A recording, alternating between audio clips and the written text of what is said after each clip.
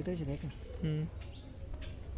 Extra কি seal করে নাকি সিল আগে থেকে কাটা? কই এটা ডিজাইন করে না না, এগুলোতে সিল থাকে তো দেখি।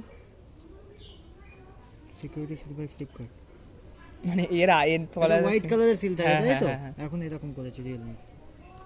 ঠিক আছে, তবু আমি খুলে দেখে নিচ্ছি।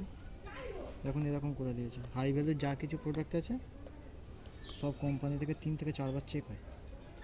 ও খুলে চেক করেন? সব চেক হয়।